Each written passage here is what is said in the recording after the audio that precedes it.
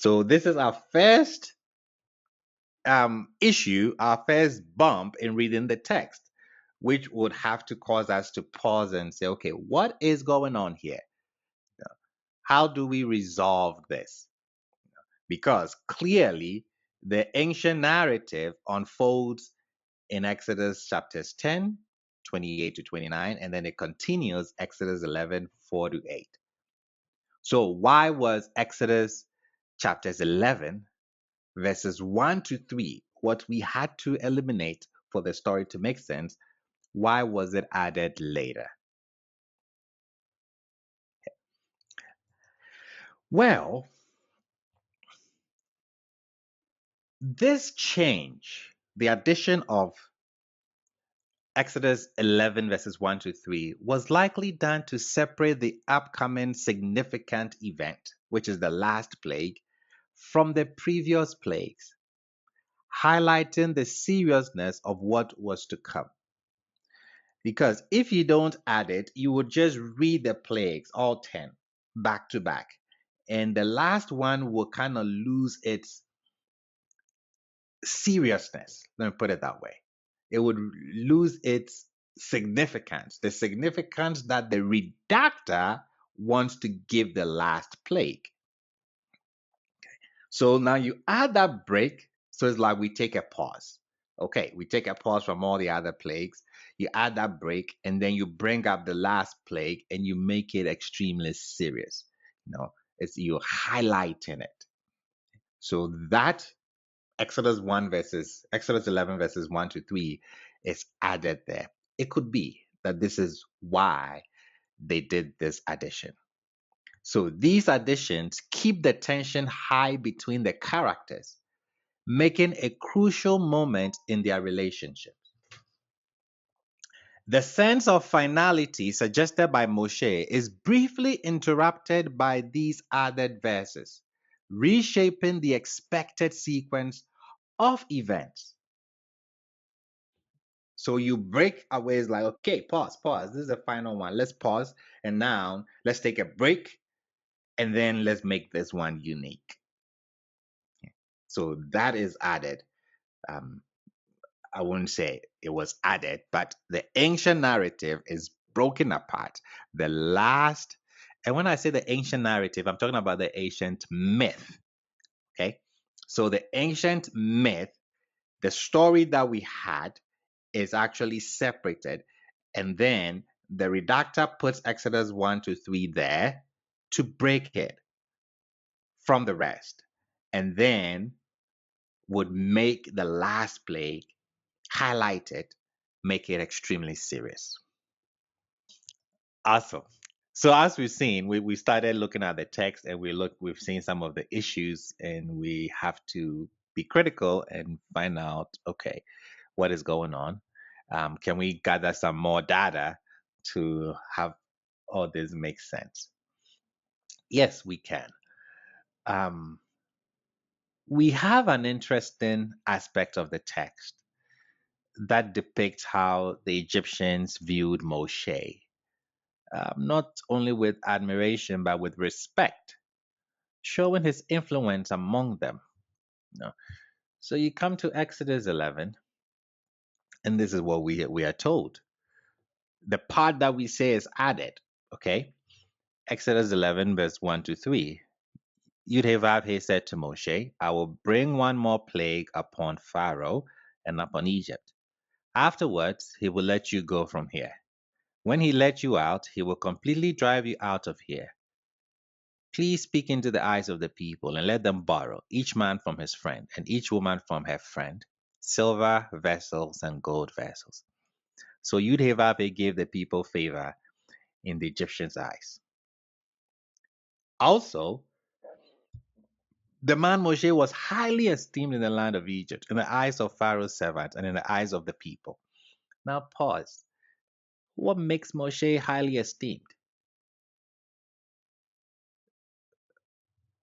I mean, where is that coming from? Like, what have we read till here? We know the Exodus story that makes Moshe highly esteemed, not only in the eyes in the land of Egypt, but in the eyes of Pharaoh's servants. What has he done How about Mr. according to the text? According to the text, he performed these miracles. You know what I'm saying? Or you know what I'm saying? So that's why he might be esteemed or feared. You know what I'm saying? Because he's able to do the same thing as the magicians, according to the text. Okay, okay.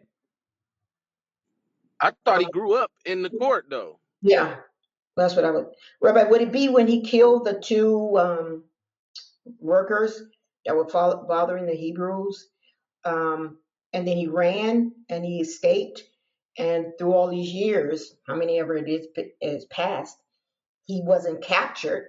And he's come back and he's speaking before the Pharaoh with all this, things he's threatening the Pharaoh about. That would But, sort of but make me think. those people don't know him. You know what I'm saying? It's like when somebody show up. Okay, you left as a prince in gold and jewelry, and you come back in sheepskin. You know, looking like John the Baptist. No, nobody knows who you are. They can't recognize you. You know what I'm saying? Moses, who's Moses? You know Especially what I'm not revering him. Like But saying? wouldn't he be a legend? I mean, wouldn't that be something he talked about over the years? Hold on, wait a minute. Hold on. You gotta think about that. What about when Rick James was on stage? Everybody said, "Who's Rick James?" You remember that?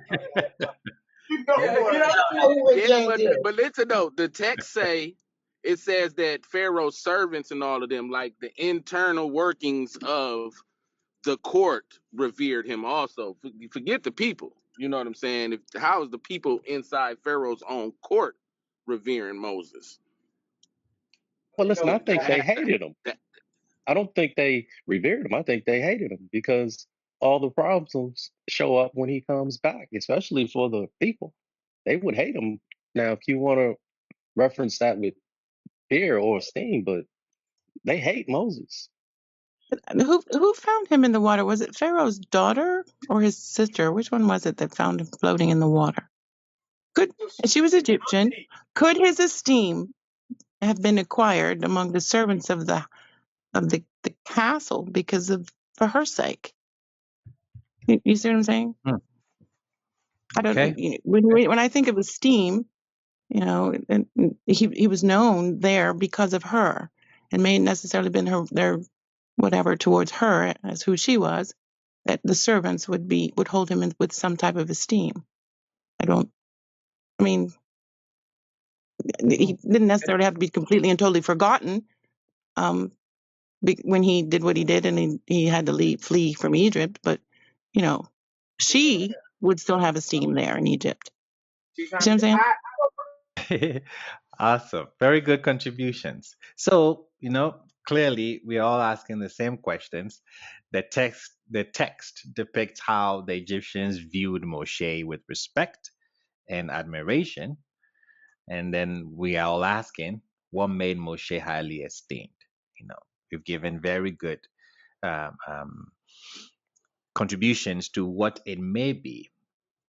But I want to look outside of the biblical text, put this in the historical context, because this statement beyond the Bible unveils something significant, which may tell us when this edit was done. Remember, the ancient story doesn't include Exodus 11 verses 1 to 3. It was added later. We believe that this statement in verses 3 actually may give us a clue where this was added. So, for instance, if we go into the works of this Jewish historian, Atafan, put him in the 3rd century, that's where he's dated, we discover this historian telling us a few things that are quite telling. Now,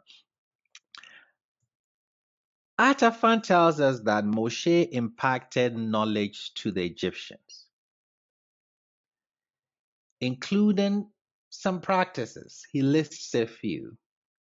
According to him, from the 3rd century, he says that Moshe imparted circumcision, the knowledge of circumcision to the Egyptians, and the structuring of the country into provinces. And also, it was Moshe who introduced the animal cult to the Egyptians. These accomplishments are attributed to Moshe, highlighting his influence on Egyptian society. So when verses 3 says that the man Moshe was highly esteemed in the land of Egypt, we believe that this detail hints at a broader theme seen in other ancient texts beyond the biblical text. And we see this coming from the 3rd century. So it is possible that the author of the verse is aware of this motif from the 3rd century and incorporates it deliberately. And this was a very important motif in extra biblical literature from the Hellenistic period going, looking at the 3rd century.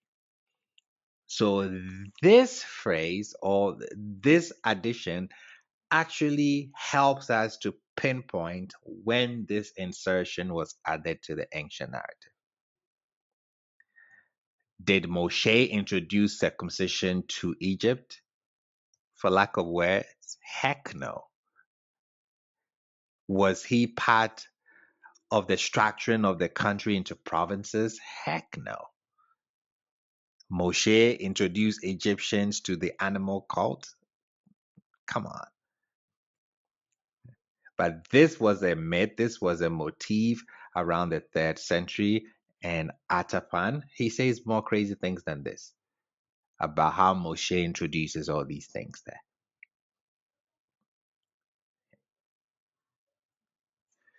Comments on it, Rabbi, please. Mr. Vito.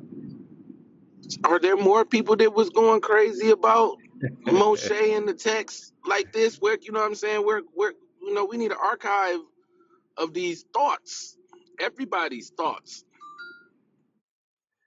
Correct.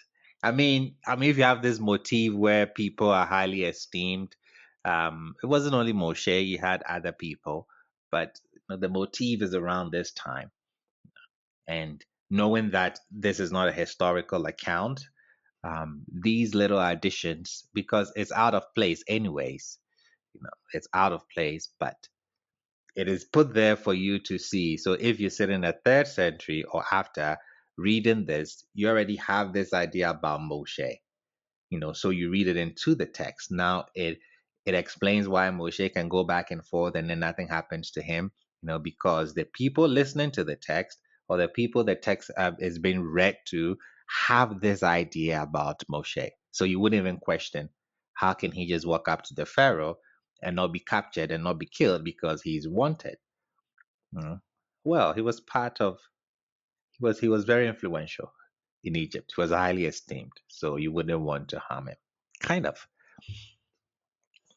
Okay. So historically, this is where we're getting this from, and this is how we can actually date it. Rabbi, uh, Madam Ali. it's always that powerful men have fan worshippers. Anytime you have any inkling of power, there are people there to fan your behind. They're there to to blow your story up and to make it larger than life and to make you larger than life. So some of this is just like Andrew said, it's conjecture. It's propaganda. So it's to just make you seem larger than what you are, so that you have this kind of leeway and wherewithal that you can do anything, that you can get away with anything, you can say anything, you can be in anybody's company because you're that guy. Yeah. Rabbi, it's it's like the more we do this and we do this redactor thing and we know that it's coming from a specific area or the southern view. Anyway, it appears like they're just marketing the brand of Moses. Correct. Do you see what I'm saying? It's like even the externals, we know that this is not a true, this is a legend. but they've pieced it together so that no matter what, brand Moses is what we're going for, because we have got to get the people on, anyone who's interested, or the people who are buying this brand, to be fully indoctrinated into understanding this person who is so glorious that you couldn't even look at his face. He was that close to the deity. You see what I'm saying? Correct. And it's a brand. It's like marketing. Hey, this brand of who we are. I agree, sister. I agree, Sister Massey. That's Yeah. he's been trademarked. Moses is a commodity. He's iconic. He's been trademarked. I love the way you said that. I have to agree with you on that one. They have made him into something larger than life. I agree. Awesome. So let's do a recap before we move on. So, with what we've done so far, to recap again, upon scrutinizing the intricacies of the text, we encounter a multi layered narrative that invites us to explore various levels of interpretation, as we've discussed. And we see that an apparent contradiction emerges within the current state of the text between verses 10 and 29, where Moshe declares, I will not see you again.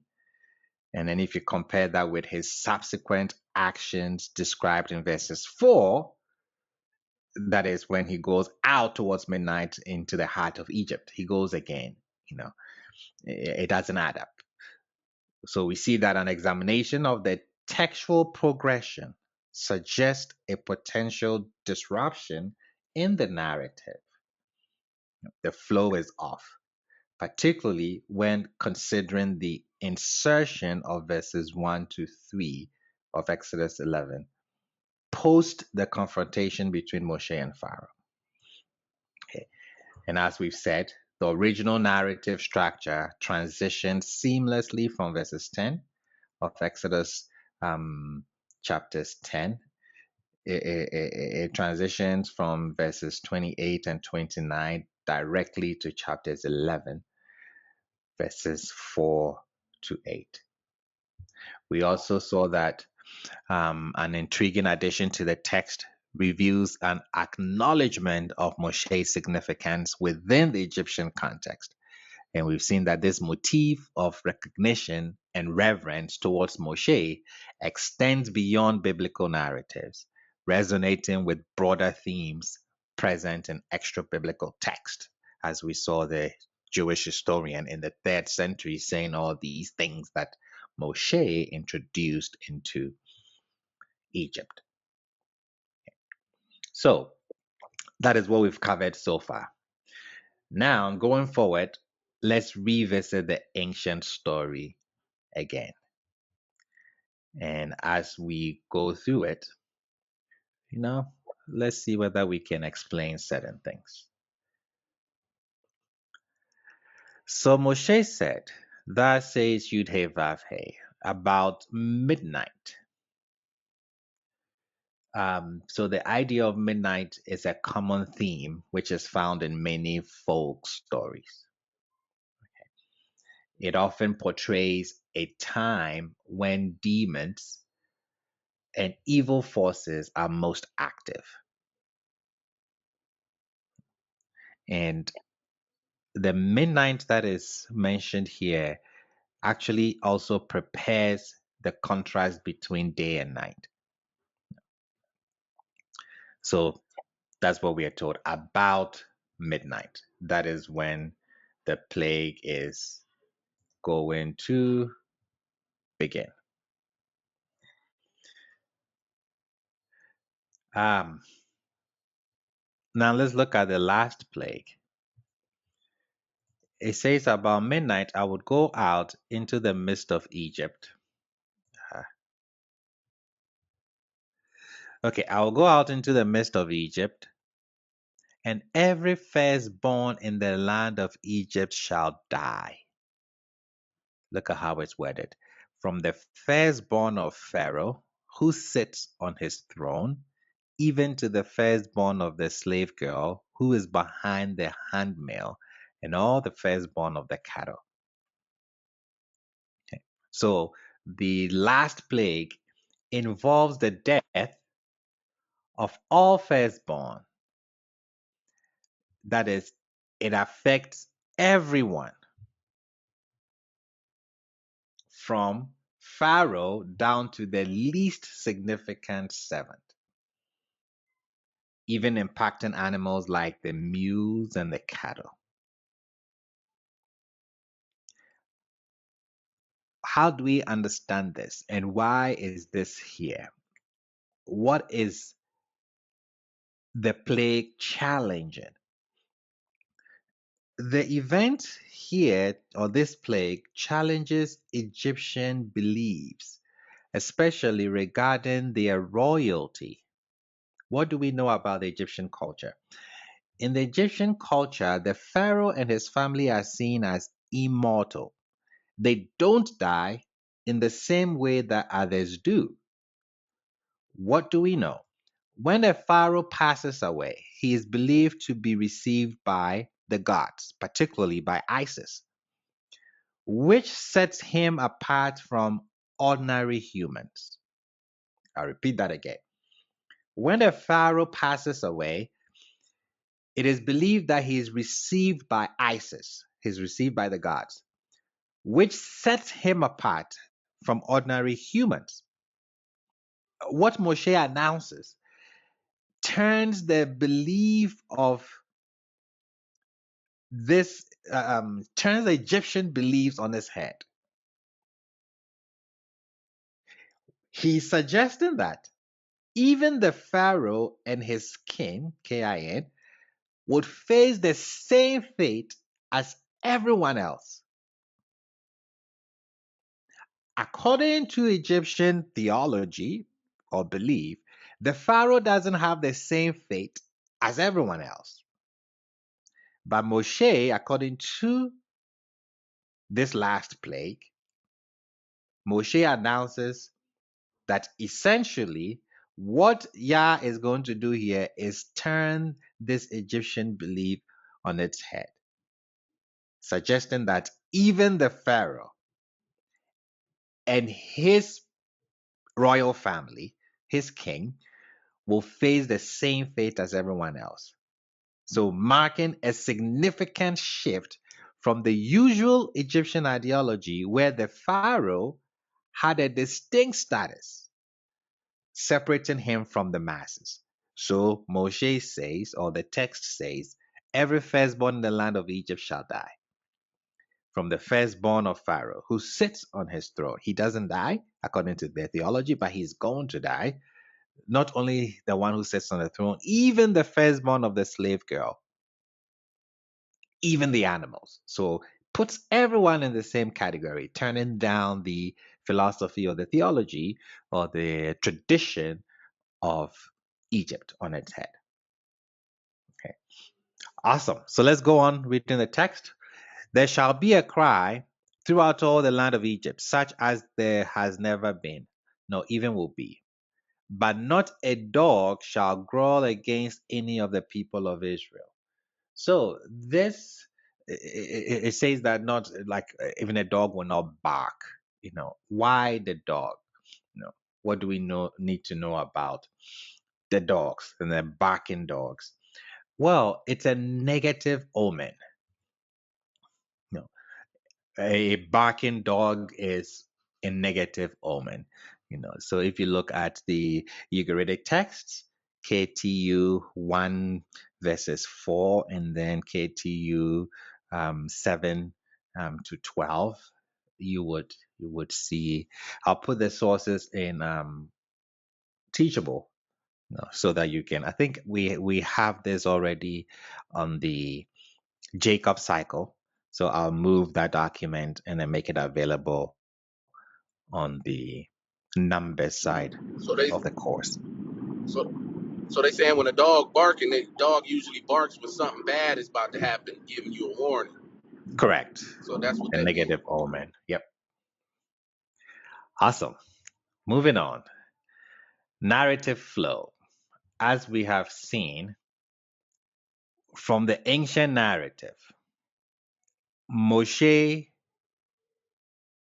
Pharaoh tells Moshe, go away from me, beware, you shall no longer see my face.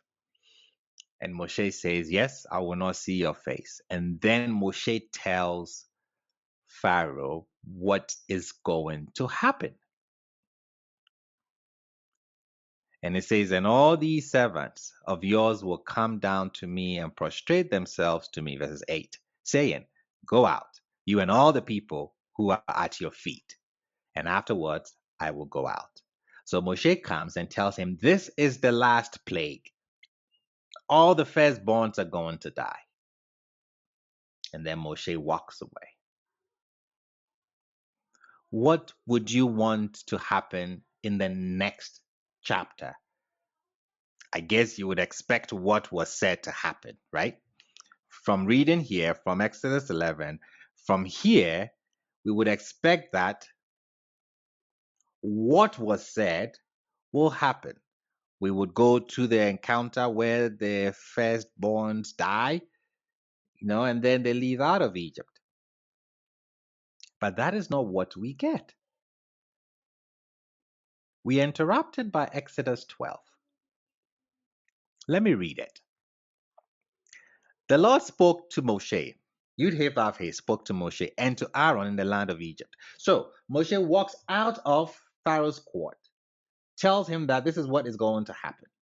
Would expect that happens, but we don't get that. What do we get?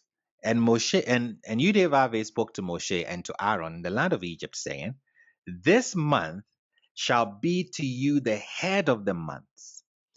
To you it shall be the first of the months of the year. Speak to the entire community of Israel, saying, on the 10th of this month, let each one take a lamb for each parental home, a lamb for each household. But if the household is too small for a lamb, then he and his neighbor who is nearest to his house shall take one according to the number of people, each one according to one's ability to eat. Shall you be counted for the lamb? You shall have a perfect male lamb in its first year, and you may take it either from the sheep or from the goats, and you shall keep it for inspection until the 14th day of this month. And the entire congregation of the community of Israel shall slaughter it in the afternoon. And they shall take some of the blood and put it on the two doorposts and on the lintel on the houses in which they will eat it. And on this night they shall eat the flesh, roasted over the fire, and unleavened cakes with bitter herbs they shall eat. Okay, so I'm expecting the last plague to happen, just as all the other plagues. It's announced, it happens. It's announced, it happens. It's announced, it happens. So the last plague is announced. I'm waiting for it to happen, but then it does not.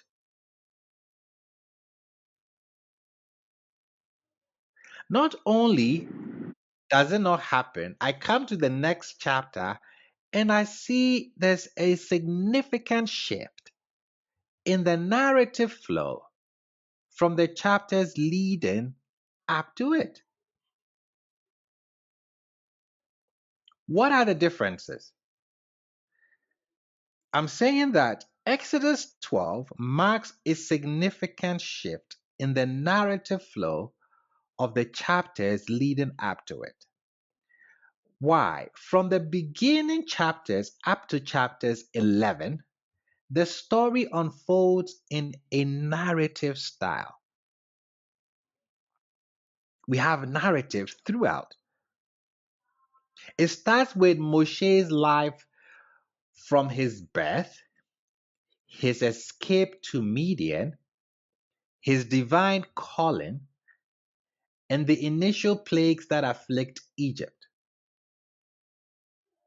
Now, the narrative even weaves through a brief interruption with a genealogy,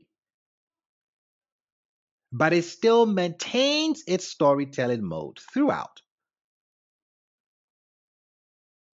However, at this juncture, Exodus 12, there's a notable disruption in the narrative progression.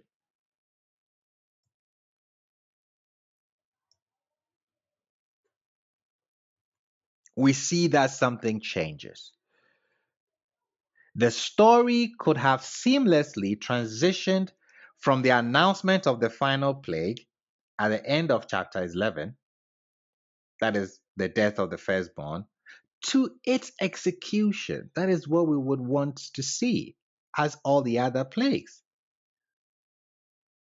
But we don't see that. Between these 2 points, the text introduces detailed instructions about Passover, unleavened bread, and the consecration of the firstborn to Yahweh. So, what we see in Exodus 12 are instructions, are ritual practices that is interwoven with the ongoing story, temporarily pausing the narrative. This is what we should expect. Pharaoh said to him, "Go away from me, beware, you shall no longer see my face, for on the day that you see my face, you shall die." Thereupon Moshe said, "You have spoken correctly. I shall no longer see your face." Moshe said, "So said Yud-Heh-Vav-Heh, at the dividing point of the ninth, I will go out into the midst of Egypt, and every firstborn in the land of Egypt will die, from the firstborn of Pharaoh who sits on his throne to the firstborn of the slave woman who is behind the millstones, and every firstborn animal. And there will be a great cry throughout the entire land of Egypt, such as there never has been, and such as there shall never be again. But to all the children of Israel, not one dog will wet its tongue against either man or beast, in order that you shall know that Yud-Heh-Vav-Heh will separate between the Egyptians and between Israel. And all these servants of yours will come down to me and prostrate themselves to me, saying, Go out, you and all the people who are at your feet, and afterwards I will go out." Then he, Moshe, exited from Pharaoh with burning anger. And this is where we should go from verses 11. It came to pass at midnight, and Yud-Heh-Vav-Heh smote every firstborn in the land of Egypt, from the firstborn of Pharaoh who sits on his throne to the firstborn of the captive who is in the dungeon, and every firstborn animal. And Pharaoh arose at night, he and all his servants, and all the Egyptians. And there was a great outcry in Egypt, for there was no house in which no one was dead. So the Egyptians took hold of the people to hasten to send them out of the land, for they said, "We are all dead."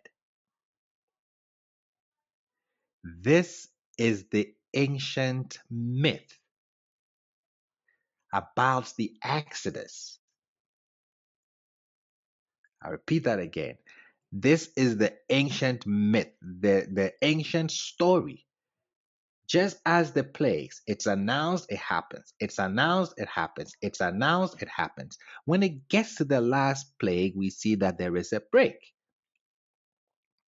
Not only do we see a break by additions from the 3rd century, as we want to date it, but we also see that a Passover is inserted into it. But the ancient myth does not know the connection with the Passover. I repeat that again. The ancient story that we have here does not include the Passover. It was not part of it. The Passover event is inserted afterwards. later on. So the ancient narrative knows not the Passover feast or the celebration. Now we'll have to find out who added it, where did it come from, what was the Passover actually. Mr. Vito, go for it.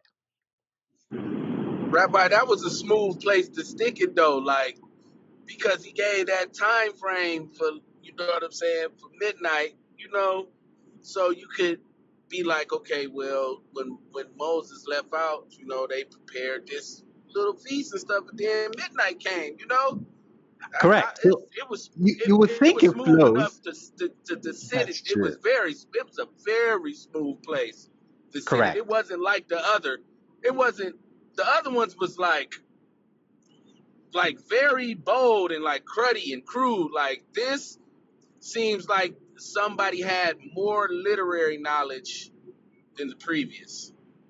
Yes, that is correct. But then his placement of it also exposes him. That's what we're going to look at the next Yeah, point. please show me because I'm sitting here, I'm driving down the highway like okay, I'm driving, I'm like, nah, it's real smooth. Extremely smooth. It's easy I like Sunday agree. morning a little bit. I agree. But then he makes he makes a mistake. It reads very smoothly. You will not question it. But then we would see that where he placed it is smart, but then some details kind of exposes that it's actually not part of it. So this is the ancient narrative. It knows no Passover. The Passover is not there, but the Passover is inserted. So now we'd have to find out how can we prove that?